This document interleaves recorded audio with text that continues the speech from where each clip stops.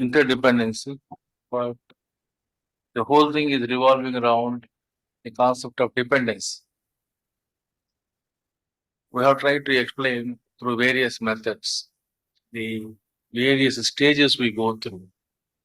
The first one is trying to analyze, understand for ourselves the relative importance of many items, people, and relationships that we encounter in life. On an examination, we find that almost all the relationships are centering around us. And it is we who give the importance to any relationship or thing or person. That leads us to a state of mind where we start thinking, what is the permanency of this relationship? What is the transiency? More practically speaking, what is it that I can give up without any loss? And what is it that I cannot give up without loss? Then the relative priorities get worked out. This is what we call Visleshana, and from there we move on towards Viveka. We find then that virtue or virtuous things, good and God, any relationship that we have maintained with them seems to be of a permanent value, whereas our relationships with things that can be considered as evil people, or people who have got other motivations through which they have developed intimacy with us, are things that we can easily give up. When I say easily give up, that means we can give up without much loss to ourselves. If we say we have been associated with a person who has been our friend for quite some time, and we find all of a sudden that he has been a cheat all these years, even then it becomes very difficult for you to disconnect yourself with him because of the social constraints. But if you at that time make a decision, no, I don't care about him, but I care about the truth, which is going to be permanent, you will be in a position to boot him out. Otherwise, you will not be in a position to say no when you want to say no. One of the fundamental things that we should learn in life is we should learn to say no when we want to say no. That can be best understood as Viveka. Any relationship that we are having with the divine or with the divine thoughts, which essentially means trying to help others under all circumstances. Priority of helping others over and above the priority I have got for my interest.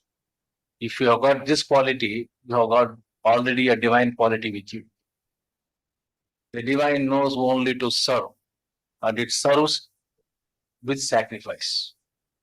It has been my standard example always to refer to some. He goes on emitting light and losing his power second by second. That many seconds will take place before he collapses is a different matter of astronomy. We are not concerned with it. Tendency to help others, even at our cost, is what is asked to be learned by us. When Babuji gives the example of phosphorus, drawing spirituality from phosphorus, he is mentioning only this, that is, you should burn like phosphorus. A candle also burns and gives light. It takes its own time. And at the end, there is still some soot remaining, some wax remaining. In the case of phosphorus, there is no such thing. So the brilliant example of Babuji Maharaj, which I don't know how many of you meditate upon on that sentence, is something that I have not come across anywhere else in the world so far in spiritual literature. Every person has compared it with a light, with a mombatti. Not a single person has compared brought in phosphorus there. That is the essence of spirituality. Once we know this, that everything is going to burn out like that, I am also going to burn out like that. You are going to burn out like that. Why not we do good to others? Doing good to others arises from the awareness of our non-permanent nature, our transient nature. Anyway, I'm going to go tomorrow. Let me do good and then go. That is the nature of a good man. There are no compromises here. If I do like this, or will I not lose? Yes, you will lose. That's why I said in the beginning itself, you have got to work out your relationships. How many things you are prepared to give up? How many things you think are essential for you? If you can calculate your stock register, and if you've got only few things in your stock register, it is easy to move towards spirituality. You will be traveling light. As Babuji puts it, you travel light. On the contrary, if you want to say, I am going to carry along with me even the stone that grinds to Paramapadam, it is not going to come along with you, nor will you reach there. So this fundamental characteristic of Viveka has led us to the understanding that there is something like good and that which is supported by God. Some superior force is there. Once this has come, a state of resignation develops. The state of resignation that we call is Vairagya develops mainly because of our understanding of the transient nature of everything that we come across, including ourselves. We find at that time, even our mind, which we thought is constant, is also changing by the day. It was liking something the other day, it is liking something else today. On this, the whole of marketing department is built, trying to attract your attention from one thing to another, and he knows more than anybody else that they're transient. The yesterday's brand is going to get outdated. The marketing fellow knows it. He is much more Viveka, has more Viveka than any one of us. That's why he comes forward with another brand.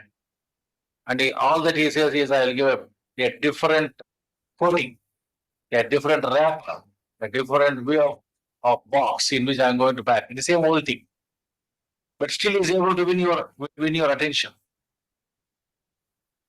Because he is playing on you there. And if you know this, you will not be in a position to so easily succumb to that. We will not.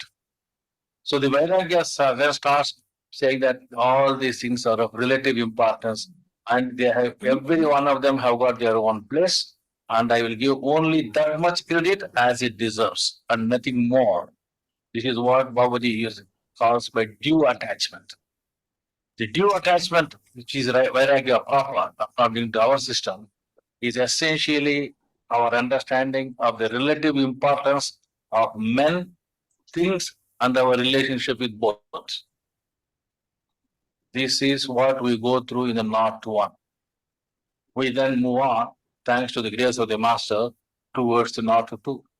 Then, okay, all these things are relative. There seems to be something permanent there. I am also going to go. This body is going to perish. Then what am I? The question, what am I, is very fundamental to the philosophical inquiry, the spiritual inquiry. Then you come to understand first that you can doubt anything in this world, but you cannot doubt yourself. First reality is there seems to be some permanency about the person, K.C. Narayana. 50 years back, he was there questioning something. 50 years after, he's questioning something. It is the same Narayana. There's a permanency behind it. Let us also understand. It is a body that ages, but the spirit is always the same. The Narayana is ever young. He is always an infant. The moment he ceases to be an infant, he dies. There are only two stages. Either an infant, an inquirer, or you are dead. This is what is brilliantly summed up with the concept of the kingly thing in man is thought. It is thought I am. It is thought I was. It is thought I will be. When we comprehend further the nature of this thought that is there, we understand that something is there which calls itself as the self, the aham is there. There is an awareness with me, there's a consciousness, there is chit, that's going along with me. I have some feelings. There's a manas in me. I seem to be tackling certain problems, the problem solving capacity I have. That is what is called buddhi. These are the four factors of my thought about which I am fully aware of. When I compare this capacity with somebody else, it may be less or more. But to some extent, every one of us have got all these four. This is the real nature of ourself. There are four things here. Here also we find that the mind is something that has been growing, which did not know the difference between a glass tumbler, a silver tumbler, or a duster, the child I mean, started understanding the difference between these three. That is all because of the intellectual input. Somebody gives input. This is this, this is that. It also learns to add, to multiply, to subtract, to divide. These are all the capacities it develops. That means it has been changing. The child has changed into me. As a child, I was totally ignorant. Today, I know enormously about so many things. And when I put a further question, why all this? It appears to be meant only for the sake of some transactions with people. That can be a business transaction, that can be a monetary transaction, that can be an emotional transaction. All transaction worthy knowledge is buddhi. I also understand. I seem to react to certain sensory inputs. I seem to feel something not comfortable. There is something that is comfortable. The pain and the pleasure principle work.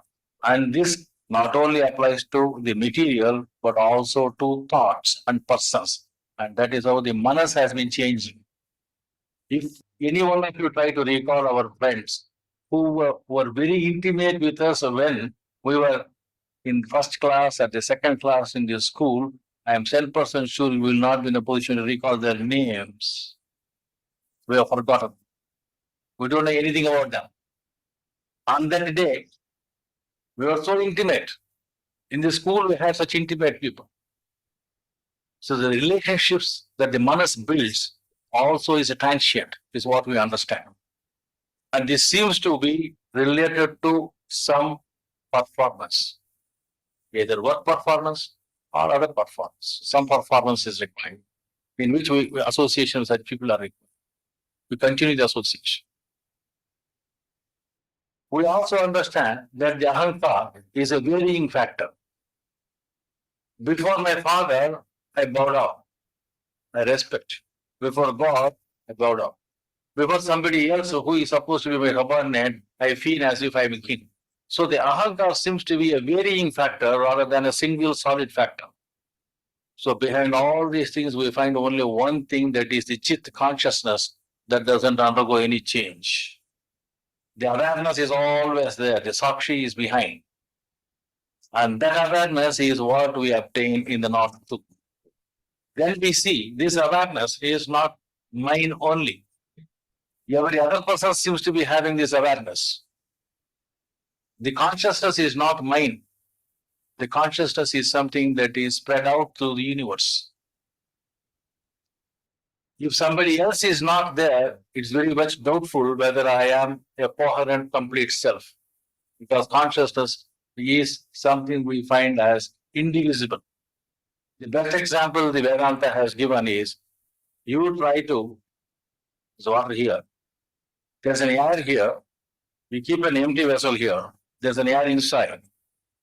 The air inside has got an inseparable relationship with the air outside.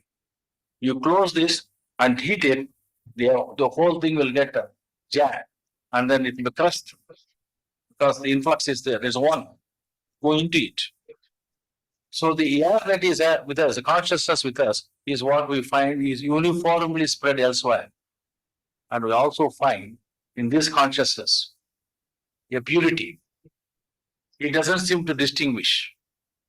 I seem to be capable of loving all. That was what I did when I was a child.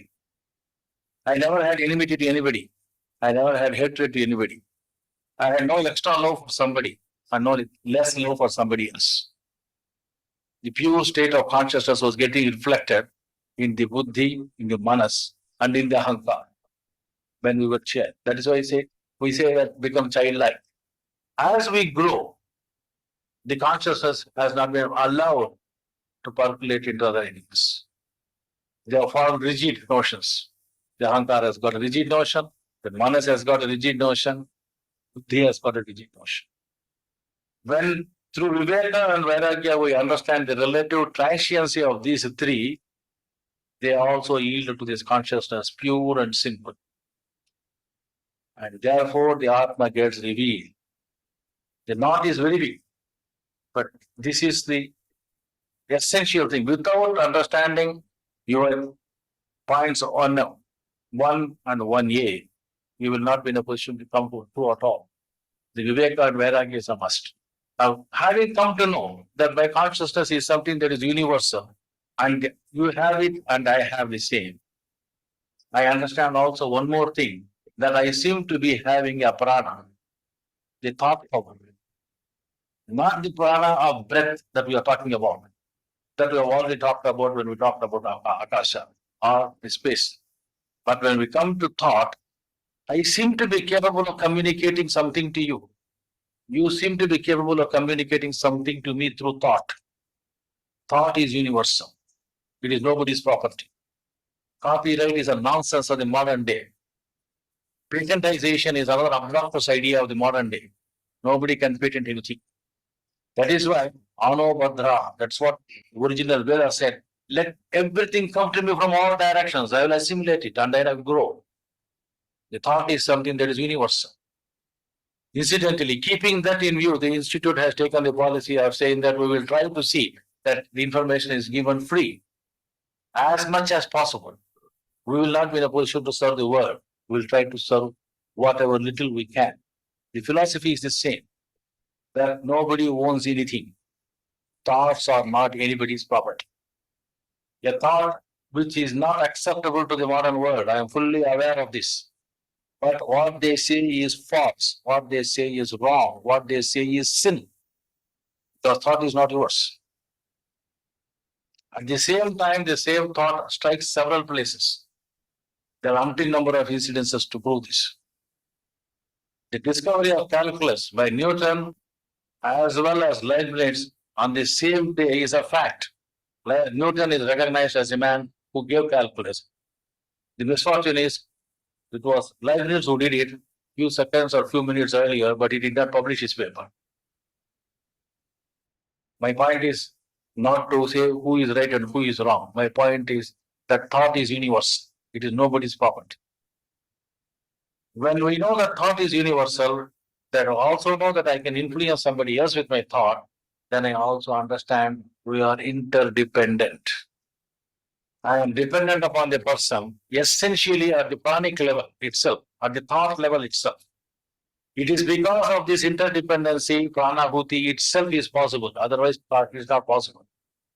Since I can, by my will, with the support of my master, can transmit or pass on a thought by way of suggestion to you, what I am trying to tell here is that thought is universal and I can penetrate into you, provided you are willing for it.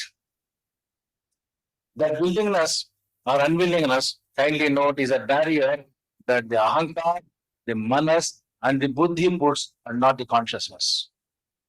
Consciousness per se doesn't interfere with anybody.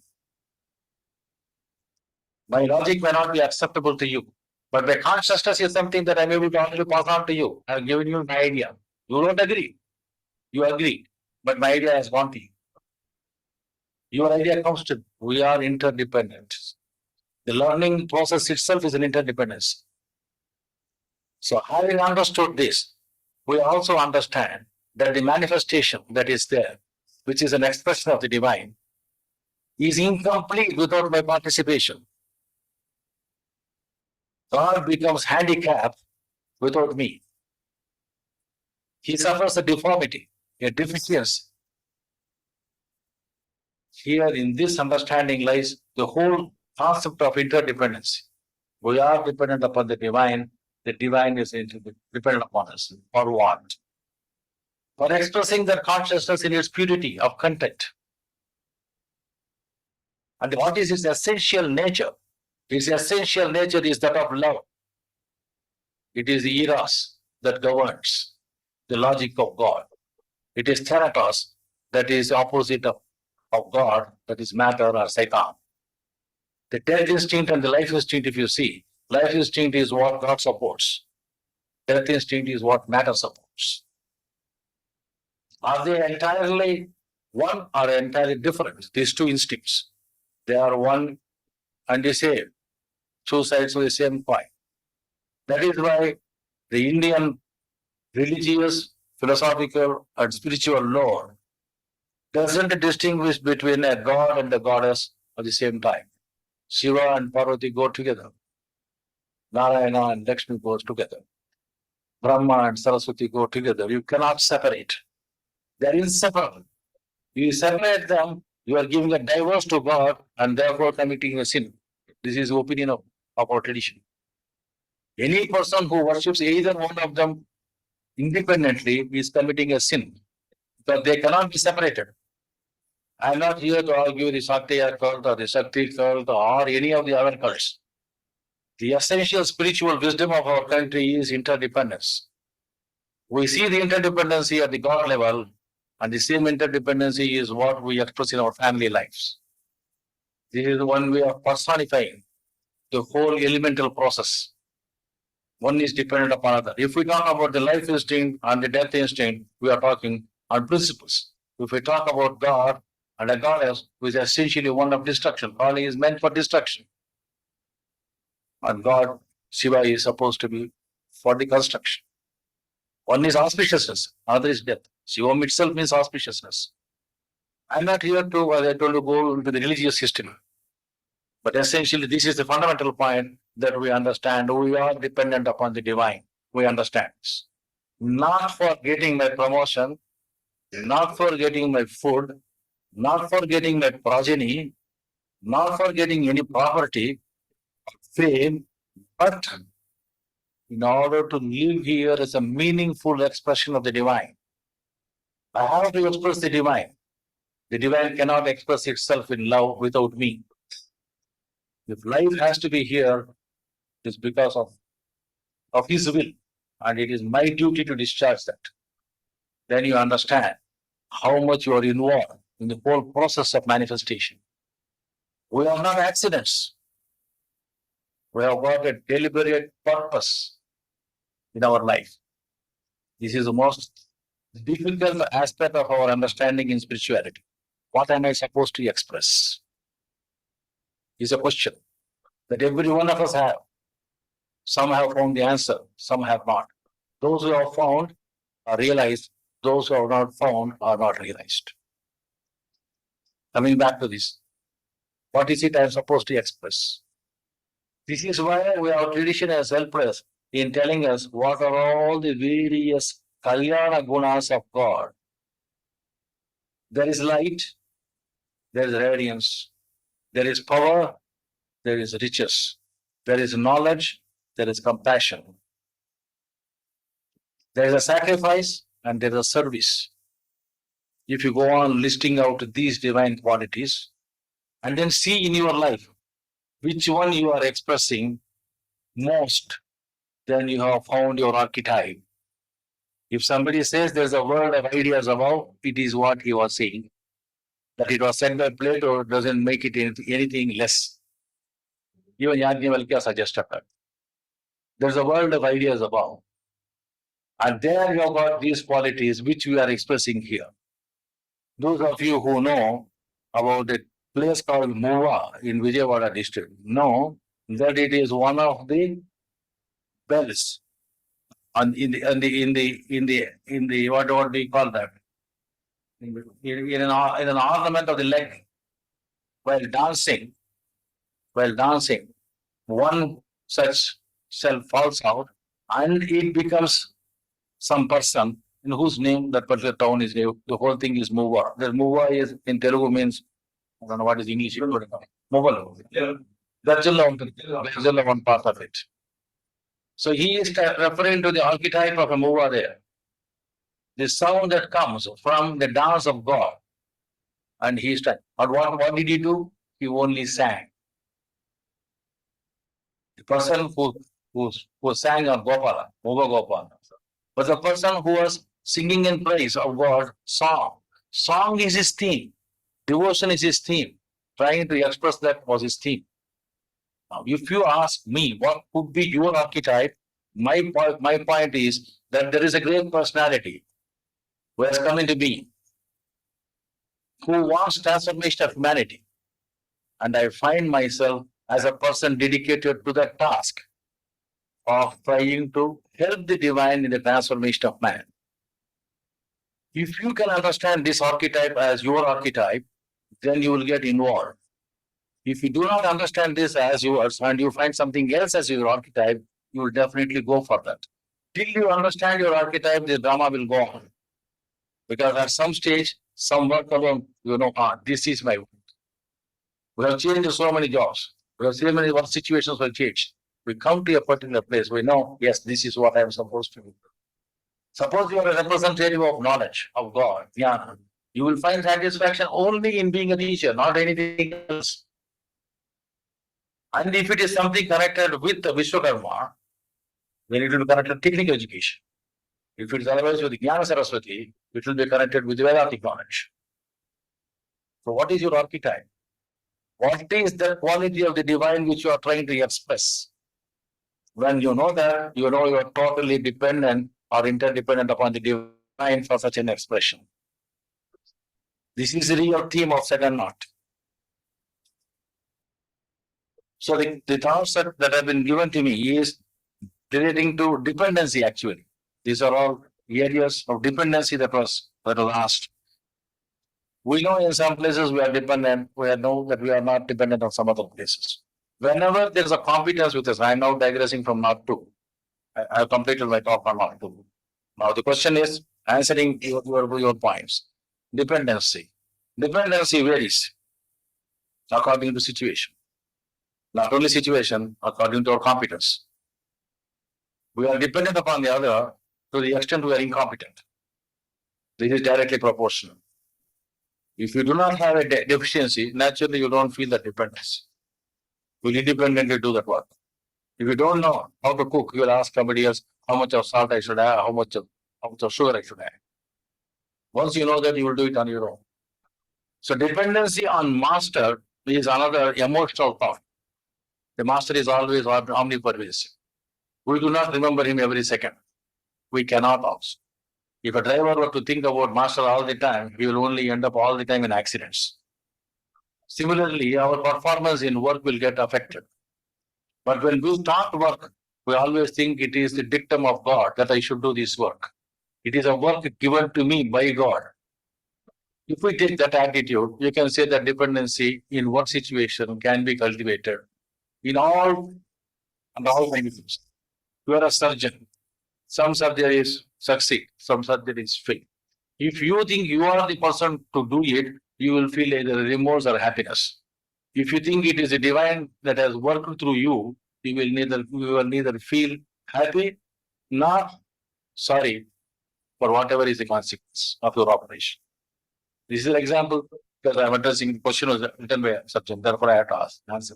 Same thing you apply to any other situation. Yes, there are various layers of dependency.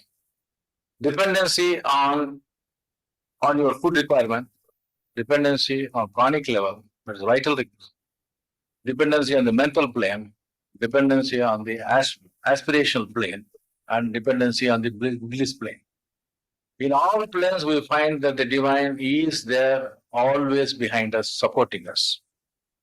In the case of the physical and the vital planes, we get lost in the plane itself and we tend to forget the divinity behind it.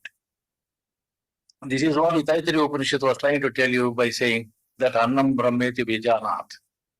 He was trying to tell you all the time that Anna also is Brahman, please note it. Your prana is Brahman, please note it.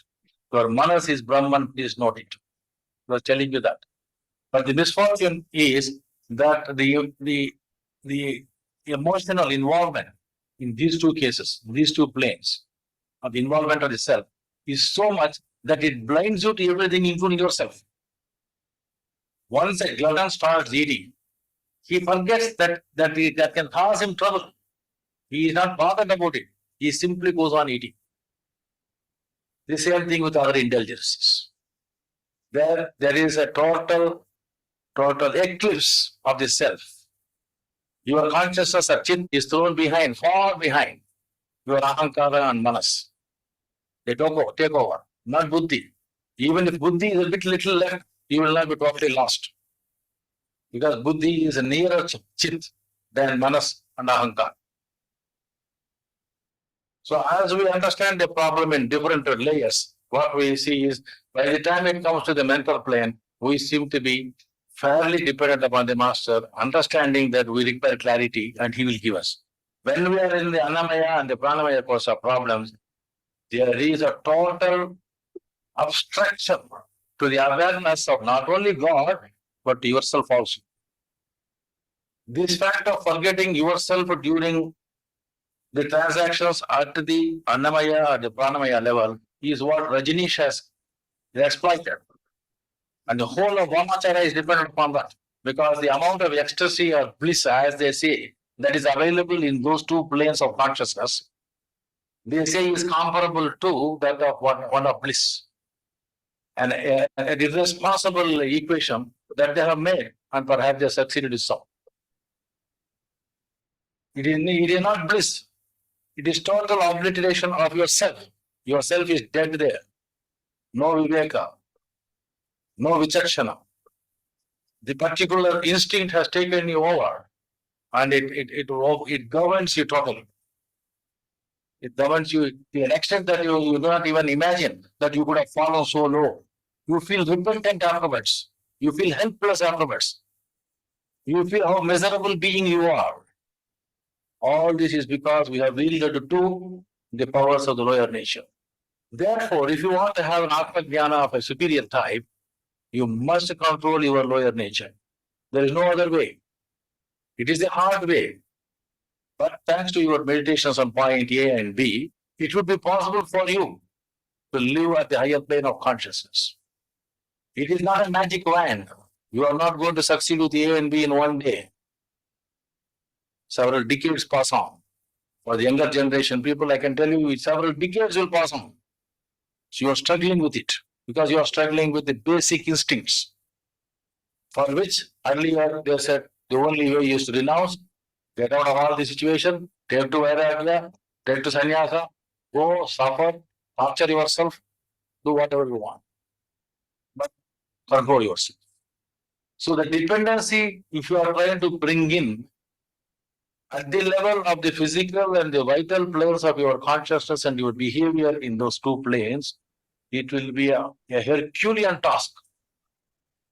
It will be a Herculean task. You will not be in a position to remember it at all. As I told you, you cannot remember yourself.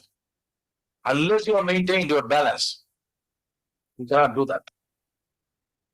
So the meditations of point A and B alone will make you come out of it.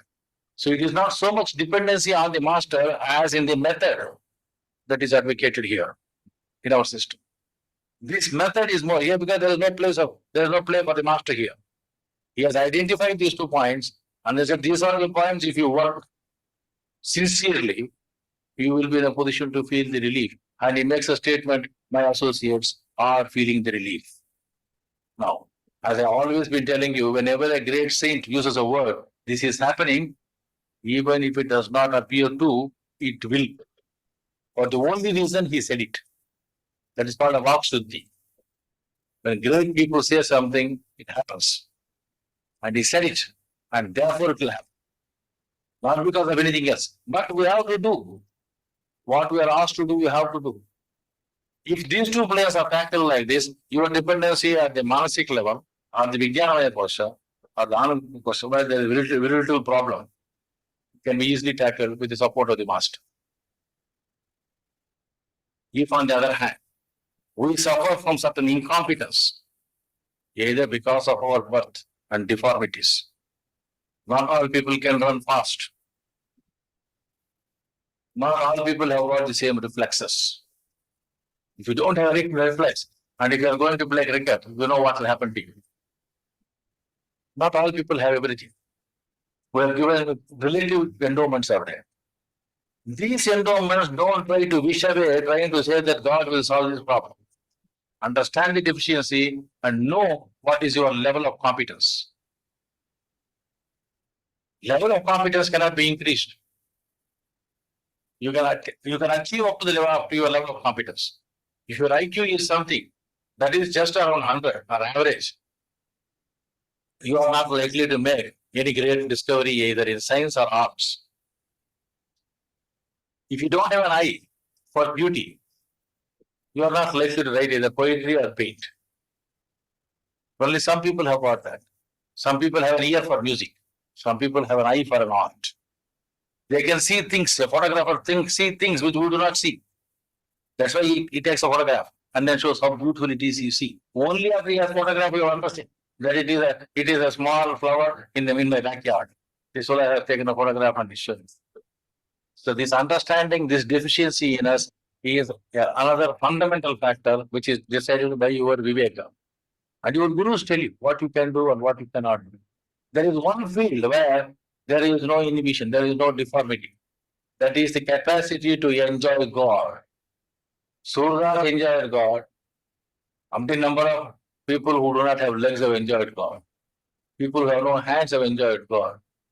People who have heads also enjoyed God. This is one area which is open, as we said in the beginning. The one of the blissful area, the plane of consciousness, pure and simple, is something that is common to all of us. All of us are entitled for it. And more so, in a system like ours, we say, yes, we shall try to see that the other man feels his consciousness and he is happy. It is with that background only we have promoted the Sahaseva Samsthan's both school, where we know the man is not going to make grades to become an IIT man. We know definitely he is not going to become a PhD. We know definitely he is not going to become a doctor. But we thought we will definitely make him a real man or a real woman. The real man or woman is one who loves, who has got the capacity to love others, where the consciousness freely flows. And I am happy to say that many of our students behave like that. But there is also a particular level of consciousness which is a must for a school. Therefore, we have got certain restrictions. Otherwise, there is no restriction at all. There should not be. Consciousness knows there are no restrictions. Schools have restrictions. Since we have chosen to have a school and institution, we have got to follow that.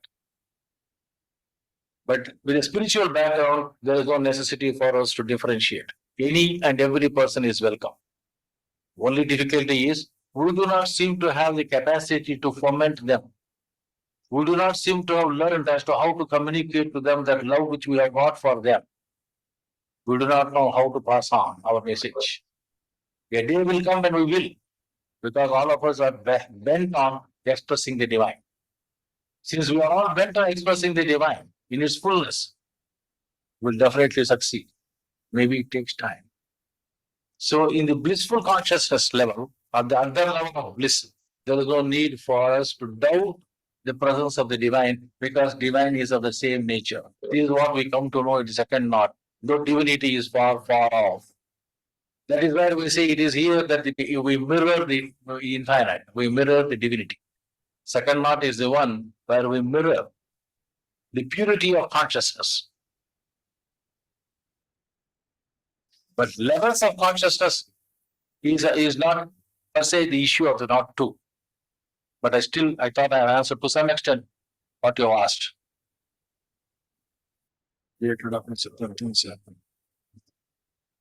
Yes, day-to-day affairs are unfortunately day-to-day affairs, by which I mean there is an interrelationship. We work in a network of relationships, and our being present there does not materially alter the nature of the relationship that is existing in an institution. You are a professor, you have got to fall in line with other professors. You cannot say that I will do whatever I like. In any institution or organization, what happens is there's a restriction to our freedom. And dependency on master there would only mean compliance to one of those commandments. I think it is related to be truthful. Take miseries as divine blessings. And be thankful. In that particular commandment, we find that when we are trying to be true to our nature, in our transactions with people, we get into conflict situation. And any conflict situation is a win-loss position. Somebody wins, somebody loses. What we are asked to do is, even when it's a loss, take it as a gift, as a win, internally. Though it's a loss for purpose of organization. That's a maturity that has to grow into us spiritually. Because you are only a doer. You are not the person to determine what should be the result. It will appear a paradox for you when I say this, because cause and effect of karma theory is, we say, is invariable. If I put an effort, I should get a result. That is going to happen. But the Nayayikas, that is among the Darshakaras, the Nyaya Siddhanta, says there is one principle called Adrishta, which you will not be in a position to say anything about it. There is a material cause, there is an instrumental cause. That is, there is a matter on which I work. There is a person, a partner who works, makes a part. The purpose behind it is to make a container where I have water. There is one more, and that is Adrishta. For all that I know, at that time, a donkey may come and press that. I am not responsible for that. I have prepared. I have prepared the pot very well. It has to go to tea. But meantime, a donkey chooses to come there. And donkeys are not under our control. Unless it's a domestic donkey, it's not under our control. So the Adrishta, the fourth factor that is always working, it's unforeseen, actually. Adrishta means unforeseen, not accidents. It's unforeseen. As most of you know, in your working situation, all of a sudden something develops which you never anticipated in the beginning. Either in the treatment, physically, or in surgery, or in any transaction, any place, we never anticipated this problem, son. It comes somewhere, the bolt comes. So, if you ask for a result invariably in your favor, because you have done everything properly, you are ignoring the fact of Adrishta. Adrishta is not something of some wild goddess who will try to bless you whenever she chooses, or wild not to bless you. It is not that. Adrishta in Nyaya Siddhanta means that which is not seen, unforeseen circumstance. This is also taken into consideration as one of the factors to know the cause and effect theory. Not much stress in Vedanta. They don't stress this. It is Nayayikas who stress this. And it's a very valid point. We should take that. Then you know, things happen in a way different from what we thought. And we have to accept it. If you don't accept it, you will only get into troubles, mental misery. Apart from other miseries that the incident has created, you will have mental misery. My father always used to tell me, Narayana, under difficult circumstances, you should know you have to walk on thorns, lest you be dragged on thorns. Which do you prefer? Would you like to walk on thorns, or would you like to be dragged on thorns? That's the choice. A wise man will definitely walk on thorns. An unwise fellow will try to get himself dragged. Because that misery is due to that. In the other case, you know consciously it's not a misery. You know you are going through pain. It's not a misery. In the other case, it's a misery.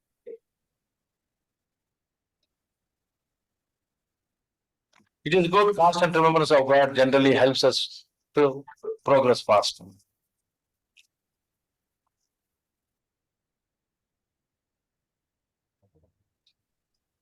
Here, I think the question is the same thing. Though I am aware of dependency on God, sometimes acceptance becomes difficult. The same thing. The situation is you have done your best, and you think everything should, because I've been never tired of saying that God is a Samavarti. God will do justice. But we find in reality, many times things are not all that just. Under those circumstances, we have to invoke into our thinking this concept of Adrishta. There are many things which we do not. It could be any past karma that we have got.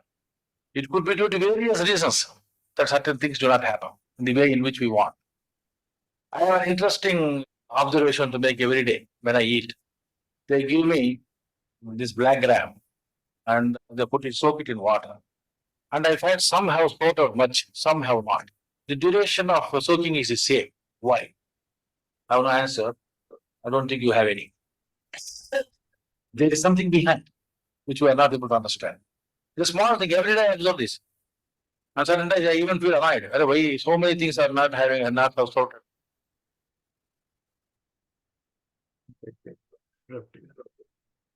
I think this is the end of it. It is an abrupt end. Yeah. खत्म हो गया. That's the thing.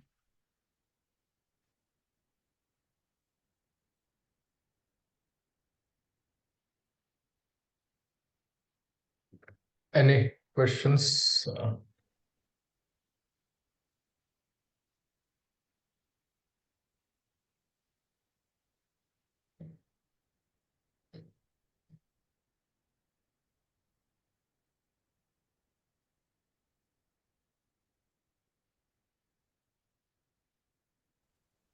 Dharmesh, कुछ question है तो we'll meet again next this thing.